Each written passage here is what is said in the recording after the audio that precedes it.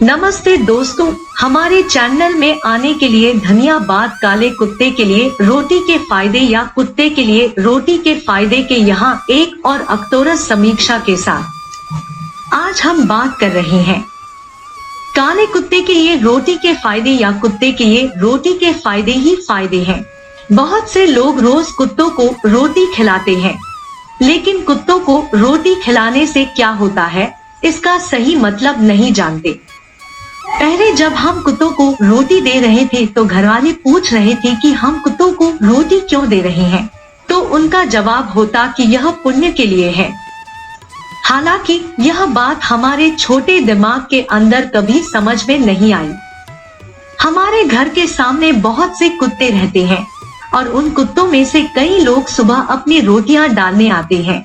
हालांकि मुझे नहीं पता कि इस दौरान उनके दिमाग में क्या चल रहा होता है, लेकिन जहां तक मैं जानता हूँ ज्यादातर लोग रोटी सिर्फ यह सोच कर देते हैं कि भगवान उनका फल देखेगा, यानी ये कर्म सिद्धांत के दायरे में आते हैं और उनकी आत्मा को बांधते चले जाओ। यदि हम कुत्ते को निस्वार्थ भाव से रोटी देंगे तो वह उत्तम परिणाम देगा और कर्म के नियम को तोड़ेगा। वैसे कुछ लोग ऐसे भी होते हैं जिन्हें कुत्तों को रोटी खिलाना पसंद नहीं होता है। अधिकतर वे अज्ञानी और पीटे जाते हैं। ऐसा नहीं किया जाना चाहिए, क्योंकि आप एक इंसान हैं और प्रकृति ने इंसानों को अद्भुत बनाया है।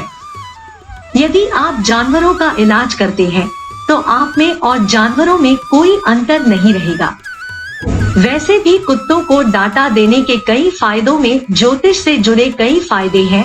ज्योतिष में आस्था रखने वालों के लिए यह लेख काफी महत्वपूर्ण हो सकता है।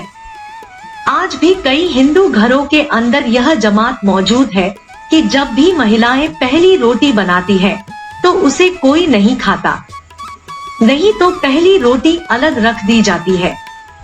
कुत्ते को छोड़ने या देने का प्रावधान है। कुत्ते को रोटी डालने के संबंध में नामदेव नामक एक महान संत की कथा मिलती है।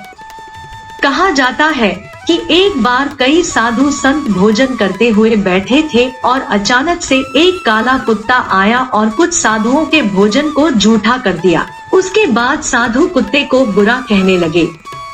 उसके बाद कुत्ते का नाम संत के पास आया और उनकी एक रोटी जुड़ी हुई।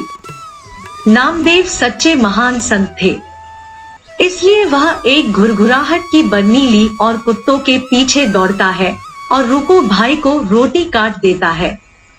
नामदेव की यह हरकत देखकर बाकी के संत हंसने लगे। वह कुत्ता कोई सामान्य कुत्ता नहीं था, वन भगवान का अंश था। उसके बाद वे अपने आकार के अंदर आ गए और बोले कि तुम सही मायने में संत हो। बाकी साधु संतों को यह देखकर अफसोस हुआ कि उन्होंने भगवान को दुत्कार दिया था। यह मेरी समीक्षा के लिए है। देखने के लिए धन्यवाद।